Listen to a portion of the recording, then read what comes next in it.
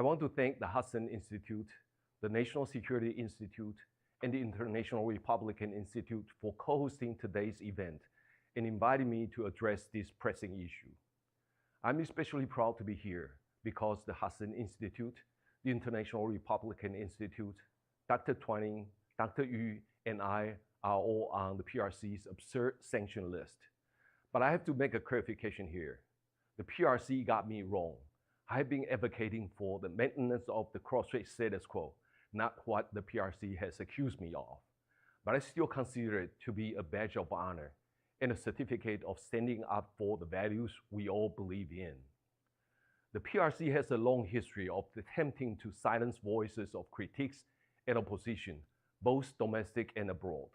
In recent years, it has even intensified its global repression, targeting Uyghurs, Tibetans, members of other ethnic and religious minority groups, Hong Kongers, human rights activists, and journalists living abroad, using tactics such as surveillance, harassment, and intimidation.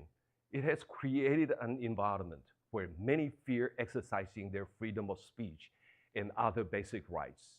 Moreover, recent U.S. indictments reveal a troubling escalation in the PRC's global repression, with agents harassing Chinese residents and operating covert police stations on American soil.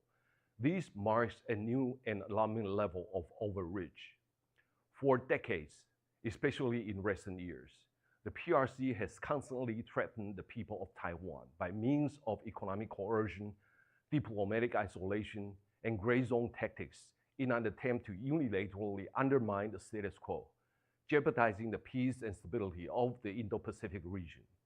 This escalation of regional tension has been evident in recent months as the CCP regime continues to use various pretexts to establish a new normal through aircraft intrusions into Taiwan's ADIZ, crossing of the median line in the Taiwan Strait, and major military maneuvers meant to intimidate Taiwan. In addition to military pressure, diplomatic isolation, and economic coercion against Taiwan society as a whole, the PRC also targets Taiwanese people, entities, and corporations individually.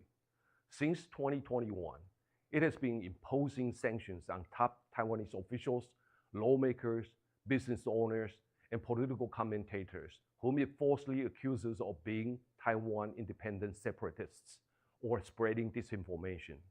In June, China even issued the 22 new guidelines that allow its courts to try who they consider to be Taiwan independent separatists with criminal punishment in absentia, while the CCP regime has absolutely no jurisdiction over Taiwan. It clearly attempts to intimidate and silence Taiwanese people, create fear, and blame Taiwan's government for the escalation of cross-strait tensions as part of its illegal warfare. Other than fabricating charges against Taiwanese people, the PRC also manipulates the so-called One China principle and distorts the UNGA Resolution 2758 to claim Taiwan as part of its territory. This is often presented as a legal justification for the use of force. But let's be clear, using force or even the threat of it is a blatant violation of the UN Charter. The PRC's actions don't stop here. It lays claim to the South China Sea and engages in aggressive actions against the neighboring countries, defying international law. This behavior is a clear violation of the UN Convention on the Law of the Sea, or UNCLOS, in the 2016 ruling of the Permanent Court of Arbitration.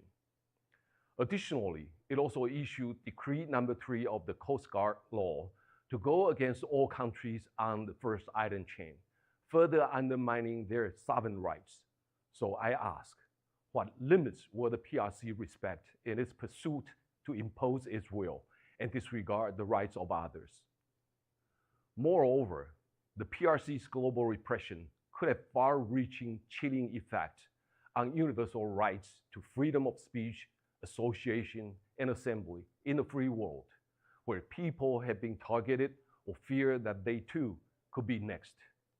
As the PRC expands its influence globally and takes advantage of open societies, it is imperative that like-minded democracies work together to push back against authoritarian states that threatens our freedom and democratic way of life. This is why today's panel is so critical in raising public awareness and fostering collective efforts. The Hudson Institute, the National Security Institute, and the International Republican Institutes are premier American institutions with a proud tradition of fierce advocacy for freedom and true friendship with Taiwan.